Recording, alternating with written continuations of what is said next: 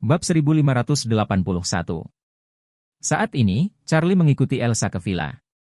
Tempat tinggal keluarga besar seperti Eastcliff sangat mewah. Saat Anda memasuki pintu, ruang tamu hampir seukuran ruang perjamuan kecil. Saat ini, ada banyak orang di dalam, dan banyak tokoh Eastcliff yang lebih bergengsi berkumpul di sini saat ini, mengobrol dengan penuh semangat dalam kelompok. Ditemani suaminya, Nyonya Dong sedang mengobrol dan tertawa bersama beberapa teman lama yang sebaya. Elsa buru-buru berkata pada Charlie, "Nenekku ada di sana, aku akan mengantarmu menemuinya." Charlie mengangguk dan tersenyum, "Kalau begitu berikan saja hadiah yang aku siapkan untuk nenekmu." Ketika keduanya datang ke pasangan tua itu, Elsa tersenyum dan berkata kepada mereka, "Kakek dan nenek, izinkan saya memperkenalkan Anda. Ini teman sekelas saya di universitas, namanya Charlie." Nyonya tua buru-buru tersenyum dan berkata, "Oh, itu teman sekelas Elsa di kampus. Selamat datang." Setelah itu, Nyonya tua bertanya lagi, "Ngomong-ngomong, Elsa, aku ingat di antara teman-teman kuliahmu saat itu, ada seorang gadis yang memiliki hubungan yang sangat baik denganmu. Dia dipanggil Claire, kan?" Kali ini, Charlie berkata, "Halo, nenek, saya suami Claire. Faktanya, Claire selalu ingin datang kepada Anda secara langsung untuk ulang tahun, tetapi memang ada banyak hal di keluarga yang tidak dapat mengizinkannya untuk bepergian saat ini, jadi dia meminta saya untuk menggantikannya. Saya datang ke sini, mohon maafkan saya." Nyonya tua tersenyum dan berkata, "Oh, gadis kecil Claire sudah menikah sekarang." Setelah itu, dia menatap Elsa lagi dan berkata dengan serius, "Elsa, lihat, teman-teman kuliahmu akan menikah satu demi satu, tapi kamu bahkan tidak punya pacar sampai sekarang, kamu hanya mendengarkan apa yang dikatakan nenek. Jangan pergi ke Arrows Hill lagi. Temukan pacar di Eastcliff, dan menikah lebih awal dan nenek akan merasa nyaman." Elsa memiliki perasaan campur aduk di hatinya saat ini. Dia menyukai Charlie, dan itu adalah jenis cinta yang masuk jauh ke dalam tulangnya, jadi di dalam hatinya, dia telah memutuskan untuk tidak menikahi orang lain selain Charlie. Tapi sayangnya, Charlie adalah suami nominal dari sahabat baiknya, dan sekarang bahkan keluarganya tahu itu. Bukankah lebih mustahil baginya dan Charlie di masa depan? Meskipun keluarga Dong bukan keluarga terkemuka di Eastcliff, keluarga ini masih kokoh. Bagaimana mungkin membiarkan cucu mereka bersama pria yang sudah menikah? Bahkan jika dia bercerai, itu akan menjadi pernikahan keduanya, dan akan memalukan untuk menyebarkannya. Memikirkan hal ini, dia merasa sangat kecewa. Pada saat ini, suara sumbang terdengar, "Nenek! Kakek!" Elsa menoleh untuk melihat, sepupunya Delon berjalan dengan ekspresi sedih. Dia tanpa sadar bertanya, "Sepupu, saya mendengar bahwa Anda menjalani operasi beberapa waktu lalu. Bagaimana pemulihan Anda sekarang?" Ketika Delon mendengar dia bertanya tentang operasi itu, dia tidak bisa menahan diri untuk menjadi sedikit kesal, dan berkata dengan marah, "Jangan bicarakan tentang operasi hal yang berantakan ini dengan saya." Memikirkannya, saya menjadi sangat marah. Nyonya Dong berkata dengan sedih, "Elsa, kamu tidak tahu, sepupumu menderita kejahatan serius beberapa waktu yang lalu." Charlie tidak melihat ke belakang saat ini, tapi dia mendengar suara itu sangat familiar. Setelah memikirkannya dengan hati-hati, dia menangkap identitas pemilik suara ini di benaknya. Bukankah ini Tuan Muda Kevin, Delon yang terpaksa menelan untaian kalung batu permata di rumah Warnia saat itu? Bagaimana? Apakah dia sepupu Elsa? Apalagi Delon disebut nenek Elsa, yang artinya dia adalah anak dari bibi Elsa. Ini sangat menarik. Bab 1582. Pada saat ini, Elsa berkata kepada Delon, "Saudaraku, izinkan saya memperkenalkan Anda kepada teman sekelas saya di kampus." Begitu suara itu turun, Charlie berbalik dengan senyum di wajahnya. Saat Delon melihatnya, dia merasa seperti dia telah melihat hantu. Dia terkejut lama sebelum dia kembali ke akal sehatnya, dan kemudian dia mulai mengertakkan gigi. "Oke. Namanya Wade. Saya sangat khawatir aku tidak bisa menemukanmu. Anda berani datang ke rumah nenek saya. Anda tidak akan berhasil hari ini. DMNU." Elsa terkejut dan berseru, "Saudaraku, apa maksudmu? Charlie adalah seorang tamu, mengapa kamu berbicara dengannya seperti ini?" Delon mengertakkan gigi dan berkata, "Apa kamu tahu kenapa aku dioperasi?" Elsa berseru, "Aku mendengar ibu berkata bahwa kamu menelan kalung." "Ya." Delon berkata dengan marah, mengapa saya menelan kalung itu? Itu karena bestad ini. Charlie mendengus, Kevin, bicaralah dengan rasional dan baiklah, apakah aku memaksamu untuk menelan kalung itu? Atau apakah aku mematahkan mulutmu dan memasukkannya ke perutmu? Delon tidak berbicara. Bagaimana mengatakan? Charlie tidak punya masalah dengan kata-kata ini. Dia benar-benar tidak memaksanya untuk menelan kalung itu, tetapi dia kalah taruhan dengannya dan tidak bisa turun dari panggung, jadi dia menggigit giginya dan menelannya. Tapi bukankah dia pelakunya? Memikirkan hal ini, Delon mengutuk dengan tegas, Charlie. Anda fcing di sini untuk memutuskan ini dengan saya. Saya hanya ingin menyelesaikan akun ini dengan Anda. Charlie mengabaikannya. Sebaliknya, dia memandang Nyonya Dong, menyerahkan kotak hadiah yang dibawanya, dan berkata dengan serius, Nenek, ini adalah hadiah ulang tahun yang telah disiapkan oleh Claire dan saya untuk Anda. Mohon diterima. Nyonya tua tidak memahami kontradiksi antara Charlie dan cucunya, tetapi bagaimanapun juga, dia adalah seorang penatua dari keluarga besar dan dia sangat sopan, jadi dia mengulurkan tangan dan mengambil hadiah itu dan berkata, terima kasih telah berbicara dengan Claire. Tolong bawa pikiranku. Delon memandang Charlie mengabaikannya, seluruh tubuhnya hampir meledak. Dia merebut kotak hadiah dari tangan neneknya, dan kemudian menjatuhkannya langsung ke tanah, menunjuk ke arah Charlie dan mengutuk, Charlie, keluar dari sini sekarang, dan kemudian kembali ke Aurous Hill untuk memberikannya padaku. Bersiaplah dan tunggu kematian, aku akan datang ke Aurous Hill untuk membunuhmu secara pribadi dalam 2 hari. Charlie tidak marah, tapi berkata dengan acuh tak acuh, Delon, untuk wajah Elsa, aku memanggilmu Tuan Kevin, tapi kamu tidak boleh mendorong hidungmu ke wajahmu, jika tidak, jangan salahkan aku karena mengabaikan kasih sayang Elsa. Elsa juga sangat marah, dan dengan marah berkata, Sepupu, apa yang kamu lakukan? Charlie adalah seorang tamu. Mengapa Anda mengusir orang? Mengapa Anda membuang hadiah yang mereka berikan kepada nenek? Setelah berbicara, dia membungkuk dan mengambil kotak hadiah yang telah dihancurkan dan kipas di kotak hadiah itu keluar. Delon berkata dengan jijik, salte seperti ini, apa gunanya nenek yang bisa dia berikan kepada ibunya? Itu hanya kipas angin yang rusak, dan dia bisa menangani kain seperti ini. Nyonya Dong menghela nafas tak berdaya. Nyonya tua tahu persis apa kebajikan cucunya.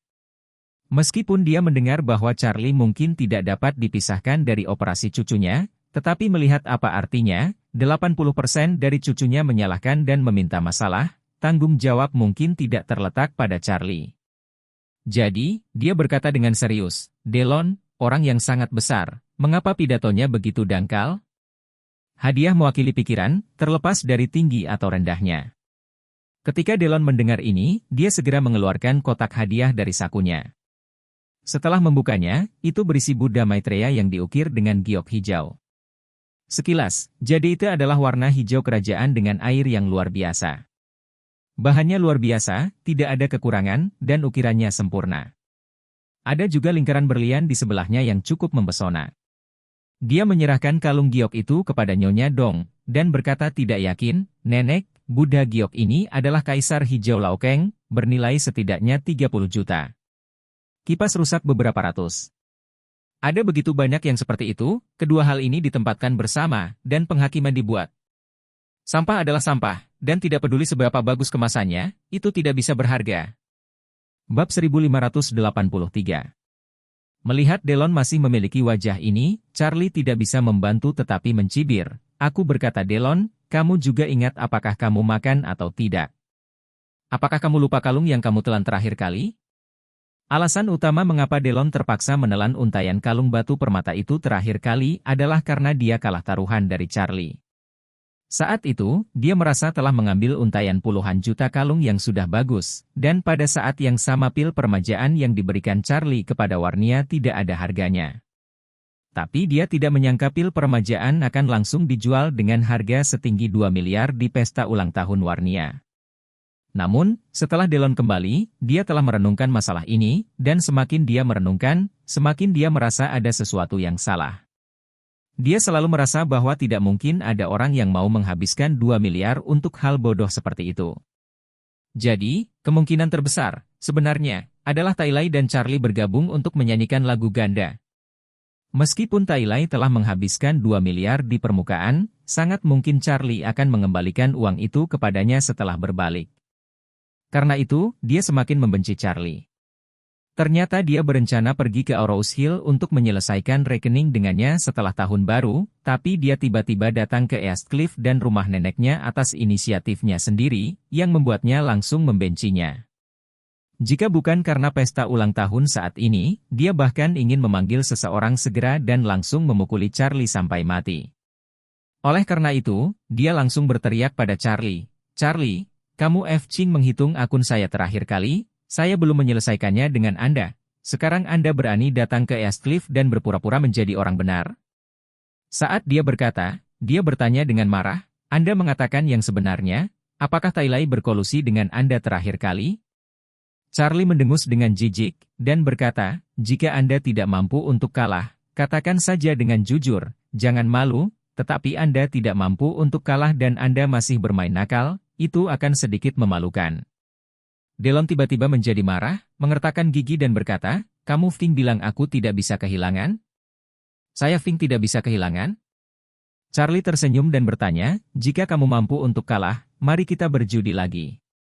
Delon segera berkata, "Oke.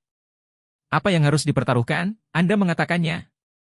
Charlie berkata, "Bukankah kamu mengatakan bahwa kipas yang aku berikan hanya berharga beberapa ratus? Jadi, jika kipas saya lebih baik dari giok Anda akan memakan giok Anda, sama seperti terakhir kali Anda makan kalung permata rumput." Ketika Delon mendengar bahwa dia menyebutkan bahwa dia telah menelan kalung itu, dia langsung marah. "Wah, apakah kamu mencari kematian, kan? Percaya atau tidak, saya biarkan orang membunuhmu." Elsa berkata dengan marah, "Sepupu, Charlie adalah temanku, jangan pergi terlalu jauh." "Jauh?" Delon mendengus dingin, "Ini tidak terlalu bagus, menurutmu itu terlalu berlebihan? Aku beritahu kamu, kebencian baru dan kebencian lama, aku pasti akan membunuhnya kali ini." Charlie tersenyum dan berkata, "Lihat, jika saya mengatakan Anda tidak mampu untuk kehilangan, Anda tetap tidak mengakuinya. Anda telah melompati tembok dengan terburu-buru, dan mulut Anda kaku? Ada apa, tidak berani bertaruh?" "Saya tidak berani bertaruh." Delon berkata dengan jijik, "Maida Paleontin giok hijau kaisar yang dipilih dengan cermat tidak sebagus kipas putus-putus Anda. Iklan apam lelucon internasional." Setelah itu, Delon bertanya dengan tegas, "Bagaimana jika kamu kalah? Berani memakan kipas Anda?" Bab 1584. Charlie mengangguk, "Ya, jadi anggap saja begitu. Jika saya kalah, saya akan memakan kipas angin. Jika kamu kalah, kamu akan memakan liontin giok rumput." Delon mengertakkan gigi, "Oke. Saya tidak percaya lagi. Itu dia. Batu giok saya dijual seharga 24 juta. Saya memiliki catatan transaksi sebagai bukti. Berapa harga penggemar rusak Anda?" Charlie tidak tahu berapa harga kipas itu. Namun, dia tahu bahwa lukisan Kibaisi telah meningkat pesat dalam beberapa tahun terakhir, dan tingkat kenaikan harga karyanya jauh lebih cepat daripada Jadeite. Meskipun ini hanya kipas angin, ini bukan grafiti acak, tetapi gambar Fushou digambar dengan sangat hati-hati. Lukisan teratas Kibaisi, Highlight of Finesse and Cypresses, dilelang dengan harga maksimum lebih dari 400 juta, dan ini masih menjadi harga lelang 10 tahun lalu. Kalau dilelang sekarang, bisa melebihi 800 juta. Philip bukanlah orang biasa pada awalnya, dan hal-hal yang dia kumpulkan, meskipun itu adalah kipas, pasti karya terbaik Baisi tua. Karena ini adalah karya yang luar biasa, biayanya akan mencapai puluhan juta untuk sebuah kipas saja, ditambah tulang kipas yang luar biasa ini dengan bekas luka tumor emas yang sempurna, harganya pasti jauh di atas 24 juta.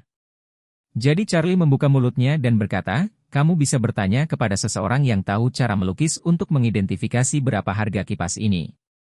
"Kipas?" Delon mengerutkan bibirnya, "Apa-apaan ini? Sangat jelek." Seorang yang berpengetahuan luas di sebelahnya segera berseru, "Oh, ini sepertinya lukisan oleh Kibaisi. Penggemar Fushou, kipas ini sangat terkenal."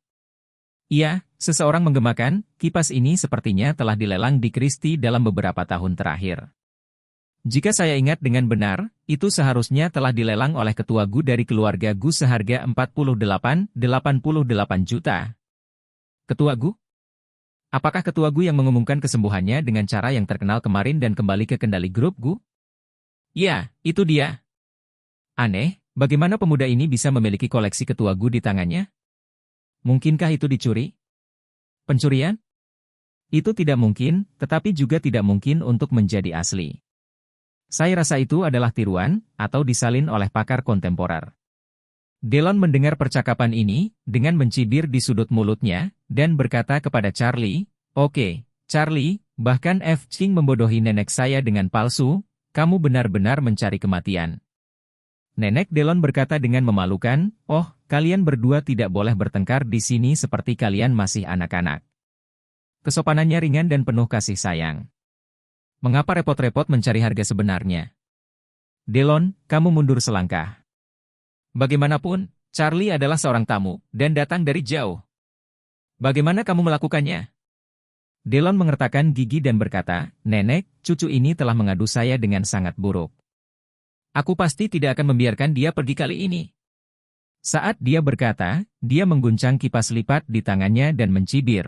"Oh, aku berkata Charlie, jika kipasmu nyata, itu memang lebih berharga dari Gyoku, tapi barangmu palsu, itu sangat berharga." 3.000 sudah bagus, bagaimana kalau begitu, cepat makan. Charlie tersenyum dan bertanya, "Mengapa menurutmu itu palsu? Apakah Anda ahli dalam penilaian?" Delon menunjuk ke kerumunan yang menyaksikan kegembiraan di sekitarnya, dan berkata, "Apa yang baru-baru ini dikatakan semua orang, kamu pasti pernah mendengarnya, tidakkah kamu ingin menjadi tangguh?" Setelah berbicara, Delon berkata dengan jijik, "Penggemar keaslian ini ada di tangan ketua Gu dari grup Gu. Dengan kain lab Anda, apakah Anda masih bisa mendapatkan koleksinya dari pimpinan Gu?" Charlie tersenyum dan berkata, "Kamu benar. Pimpinan Gu benar-benar memberikan kipas ini padaku. Saya mendengar seseorang di sebelah saya mengatakan bahwa itu dibeli dengan harga 88 juta tahun itu. Itu sudah lebih mahal dari liontin giokmu. Ini lebih dari 2 kali lebih mahal sekarang untuk sedikitnya, jadi saya tidak akan berbicara omong kosong dengan Anda lagi, cepat dan telan liontin Anda." Bab 1585. "Aku menelan adikmu." Delon berteriak dengan dingin, "F menidurkan mulut Anda saat Anda mati, bahkan jika Anda berbohong, Anda berani membawa masuk ketua Gu. Jika ketua Gu menyalahkannya, maukah Anda member?" Charlie tersenyum dan berkata, "Jika Anda tidak mempercayai saya, telepon saja ketua Gu dan tanyakan apakah dia secara pribadi memberikan kipas ini kepada saya." "Aku bodoh." Delon mengerutkan bibirnya, "Bahkan sebagai tuan muda dari keluarga Kevin, saya tidak memiliki hak untuk menghubungi ketua Gu secara langsung. Apakah Anda tahu bahwa saya tidak bisa meminta ketua Gu untuk mengkonfirmasi keasliannya, jadi Anda di sini dengan tidak bermoral? Berpura-pura dipaksa." Charlie tersenyum tanpa komitmen, hal seperti ini membosankan untuk dibicarakan. Lebih baik mencari otoritas profesional untuk datang dan melihat. Tidak dibutuhkan. Delon mencibir, "Katakan, saya secara khusus mengundang Wei Liang, putra tertua keluarga Gu, hari ini. Jika hal ini benar tentang Anda, maka ini adalah koleksi putra tertua Gu, dan Anda akan tahu bagaimana situasinya."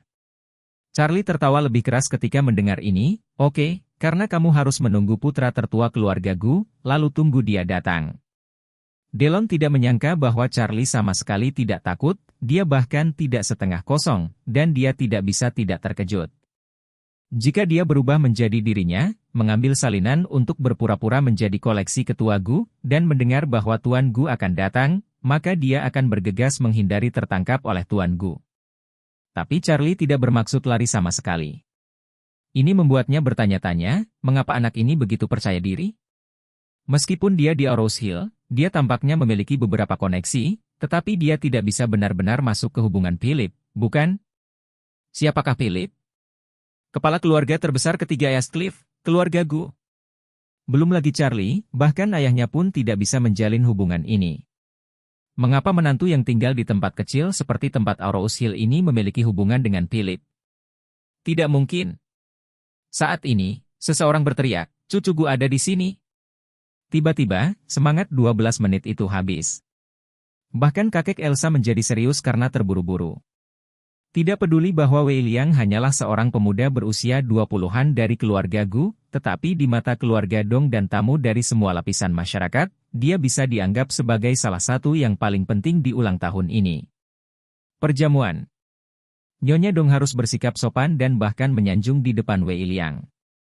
Pada saat ini, Wei Liang masuk dengan ekspresi arogan di bawah tatapan semua orang. Ayah dan paman Elsa mengikutinya dengan wajah menyanjung, mengangguk dan membungkuk, benar-benar berlutut dan menjilati tanpa penyembunyian. Hari ini, Wei Liang tidak berencana datang ke sini, karena hubungannya dengan Delon biasa saja. Meskipun keluarga Kevin sedikit lebih kuat dari keluarga Dong sekarang, itu masih jauh lebih buruk daripada keluarga Gu, jadi Wei Liang sama sekali tidak meremehkan Delon. Tetapi alasan utama mengapa dia masih bersedia untuk datang adalah karena dia mendengar dari Delon bahwa dia memiliki saudara perempuan yang sangat tampan yang baru saja kembali dari Aurous Hill dan ingin memperkenalkannya padanya.